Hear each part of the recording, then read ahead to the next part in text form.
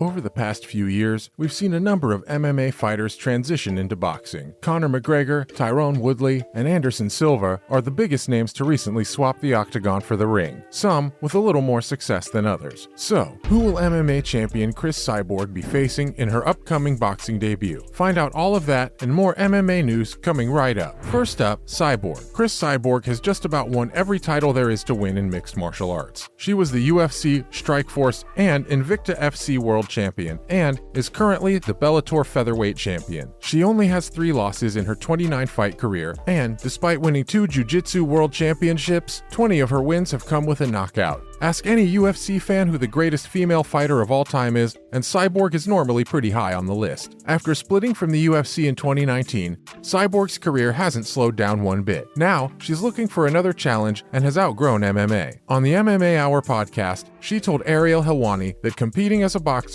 had been one of her dreams. So, who's the unlucky fighter who has to go toe-to-toe with Cyborg? It was announced this month that Cyborg will be facing a former boxer champion, Simone Silva, in September. Unsurprisingly, she has chosen a very tough opponent straight out of the gate. But for anyone thinking that this might spell the end of her MMA career, she had some good news. She said, "I believe I'm going to do this boxing fight, and I look forward to defending my Bellator title next summer." She has competed in kickboxing earlier in her career, but her last fight was back in 2013.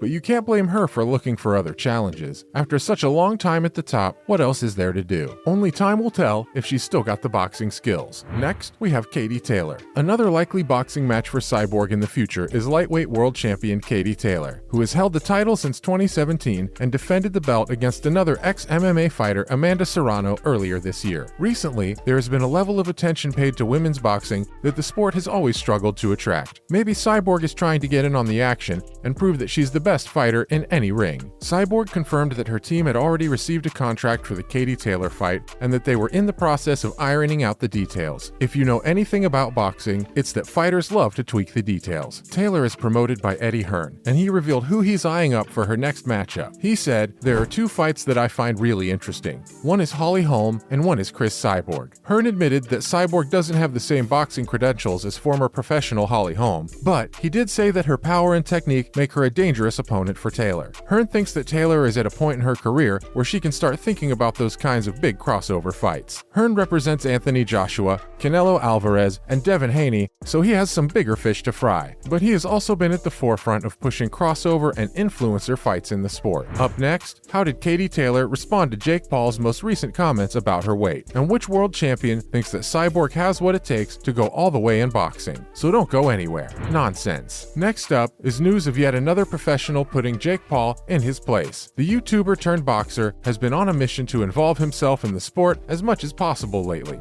and he's never far away from the headlines. This time, it's Katie Taylor who had some strong words for Paul. She responded to comments of his that a rematch between Taylor and Amanda Serrano should be at 126 pounds. Taylor beat Serrano by split decision in April, and Jake backed the wrong horse. Talking about the idea of dropping weight, she said, "I've never heard such nonsense in my life." She went on to say that a champion in boxing has never won the fight and then been forced to drop down a weight division. Despite any rumors, Taylor says that she has no problem with a rematch. Now that Jake Paul and Hasim Rahman Jr. have been canceled, Serrano's plans for her next fight are disrupted too. She was set to feature on the undercard of Paul's next fight, but now Katie Taylor thinks any rematch won't be on the cards until next year sometime. For now though, her targets are set on Cris Cyborg. Taylor revealed that her team have been in discussions about fighting the former UFC fighter at the end of the year. She barely had a break and can't wait to get back in the ring. Now, that's the sign of a true fighter. And now for excuses. Speaking of Jake Paul, his recent cancellation of his fight with Hasim Rahman Jr. has raised a lot of eyebrows in the boxing world. And not just in the media, but also coming from the world's biggest promoters. Paul called off the fight when he claimed that his opponent wasn't on track to make his weight at 206 pounds. Hasim had stepped in at the last minute after Tommy Fury pulled out because of travel restrictions. But Eddie Hearn says that from what he knows,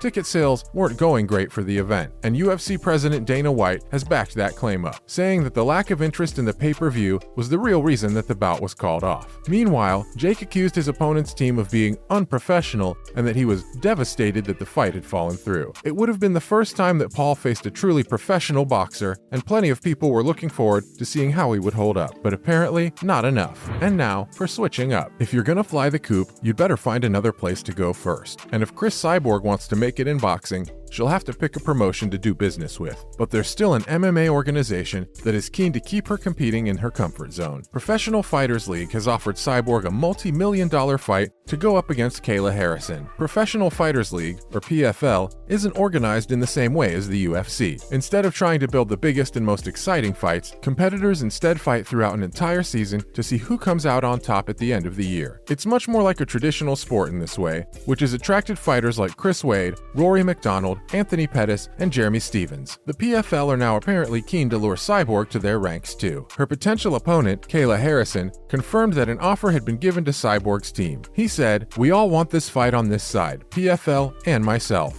The ball is now firmly in Cyborg's court, and the question is whether or not she is tempted. Cris Cyborg has said that after her venture into boxing, she will be returning to Bellator to defend her title, but it must be nice for her to know that she has options. For the fans though, where will we be able to watch her next fight? Why can't they just put them all in the same organization? Finally, coming home. Cyborg's boxing debut will be the first time she fights in her home country of Brazil since 2016. It will be on the big stage at the Atlético Paranaense Arena, which can hold up to 50,000 fans, and could be a historic moment if Cyborg wins. She has already racked up championships in 4 different promotions, proving that she is one of the best female MMA fighters of all time. But if she wants to start breaking records in boxing too, she'll have to go through Simone Silva first. Silva is a former national champion, but has lost her last 8 fights. So she's not exactly in form, but she has been fighting professionally for more than 16 years. If Cyborg wants to kickstart her boxing career, it's not a bad place to start. Plus, Cyborg has been praised for the potential she has in boxing. Former world champion Claressa Shields gave Cyborg her tick of approval after she had sparring sessions with her. Not only does Shields think that Cyborg will win against Simone Silva, she thinks that there could be a world champion down the line. She said, "I think Cris Cyborg can beat Jessica McCaskill. Cris Cyborg can box. McCaskill is currently a double world champion in the super lightweight and lightweight divisions, but Shields thinks that Cyborg has an edge because of how quickly she learns. She adjusts to different fighting styles, making her a tough fighter for anyone to beat. But do you think Cris Cyborg will be successful in boxing, just like she has been in MMA?